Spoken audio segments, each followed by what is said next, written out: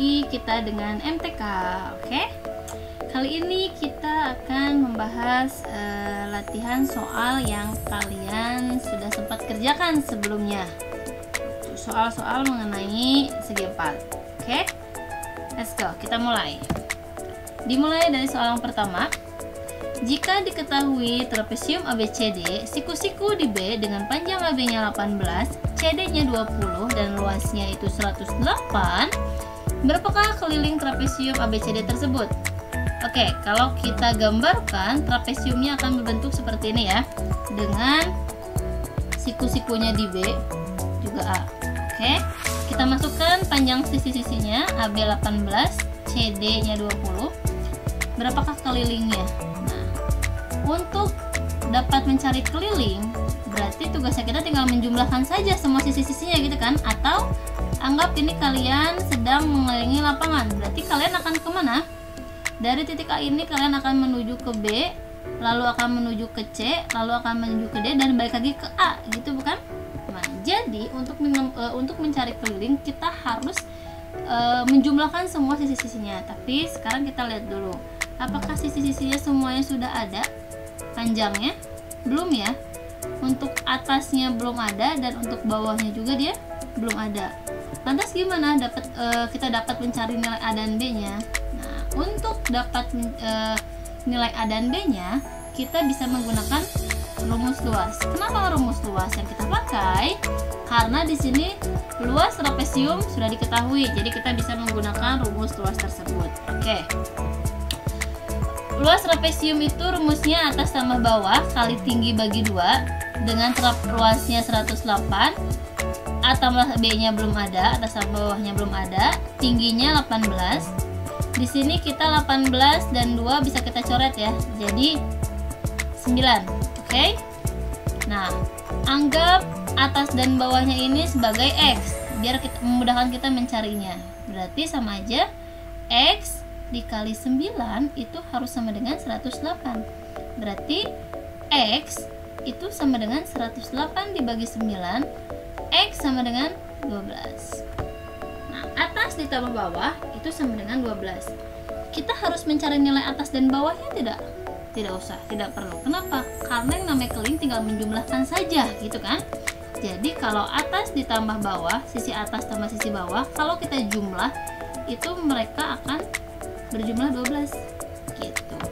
Jadi keliling dari trapesium itu AB tambah BC tambah CD dan tambah DA dengan AD nya atau DA nya itu sebagai A, terus BC nya itu sebagai B. Jadi kalau mereka berdua dijumlah itu akan berjumlah 12 gitu ya. Terus AB nya itu 18 ditambah CD nya 20, gitu kan? Jadi keliling trapesium 18 tambah 20 tambah 12 itu sama dengan 50 cm persegi. Oke, selesai. Mudah bukan mengerjakan keliling dari segi 4? Oke, kita lanjut ke soal berikutnya. Perhatikan gambar trapesium di samping. Berapakah nilai X-nya, nilai Y-nya, dan berapakah luas trapesium tersebut? Oke. Seperti yang kita ketahui, gambar trapesium ini disebut trapesium sama kaki. Kenapa sama kaki? Kaki-kakinya sama. Nah, dia sama ya. Karena dia trapesium sama kaki, otomatis sisi-sisi kakinya sama dan sudut-sudut yang ada di kakinya juga dia sama. Nah, kita lihat dulu. Atasnya 17, bawahnya 23, tingginya 14. Nah, sudut L-nya itu 70. Berapakah sudut K-nya? Karena dia trapesium sama kaki, berarti sudut K itu sama dengan sudut L. Jadi, kalau sudut L-nya 70, otomatis sudut K-nya juga pasti 70. Gitu. Nah, lantas bagaimanakah nilai Y-nya? Untuk dapat mencari nilai Y, kita menggunakan sifat-sifat dari trapesium. Ada yang mesti ingat? Nah, untuk sifat trapesium itu, jika sudut yang bersebelahan, berdekatan, Kalau mereka dijumlah itu akan menghasilkan 180. Jadi dua sudut yang berdekatan kalau dijumlah jadi 180. Jika L-nya 70, maka panjang M-nya berapa? Otomatis panjang M-nya 180 kita kurangi dengan 70. Berarti M-nya sama dengan 110. Oke? Untuk M-nya 110. Lantas untuk N-nya berapa derajat? Pasti sama. Kenapa sama? Karena dia trapesium sama kaki. Oke? Untuk sudut sudah, tinggal luas trapesium. Luas trapesium tadi kita sudah bahas. Luas trapesium itu atas sama bawah kali tinggi bagi 2. Atasnya 17, bawahnya 23, tingginya 14. 17 ditambah 23 itu 40. Kita bisa coret ya di sini ya. Nah, 40 dibagi 2 itu 20. Jadi luas trapesium itu sama dengan 1 kali 20 dikali 14 atau 280 cm persegi. Hati-hati untuk satuannya. Kalau luas dia satuannya persegi. Kalau keliling satuannya cm. Oke? Soal selanjutnya. Soal tentang jajar genjang. Diketahui PQRS merupakan jajar genjang dengan panjang TR-nya 22. Kita masukin ya nilainya. TR-nya 22. Oke. PQ-nya 7. Terus QR-nya 25. Berapakah panjang PT-nya? Oke. Nah, sekarang sebelum kita mencari panjang PT, kita masukkan dulu semua sisi-sisinya. Karena dia jajar genjang, sifat dari jajar genjang itu sisi yang berhadapan sama panjang. Kalau PQ 7 berarti RS juga 7 ya. Kalau RQ-nya atau QR-nya 25, PS-nya 25. Dan panjang TS itu sama dengan 15. Kenapa bisa 15? Karena 22 kita kurangkan dengan 7, berarti hasilnya jadi 15.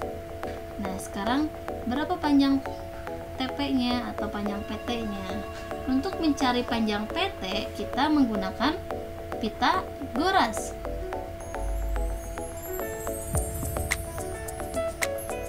Nah, seperti itu ya.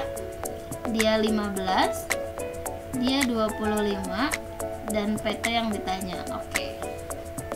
Untuk mencari PT di sini, karena dia bukan sisi miring, sisi miringnya terletak pada yang ini. Nah, ini sisi miringnya. Berarti bukan ditambah, tapi dikurang ya, karena kita bukan mencari sisi miring. Rumus dari Pythagoras, kita kuadratkan, dikurangin.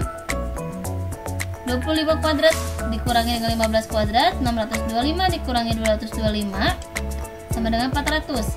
Akar dari 400 adalah 20. Jadi panjang TP atau panjang PT itu sama dengan 20 cm. Nah, di sini kenapa kita hasilnya bisa 20 akar dari 400?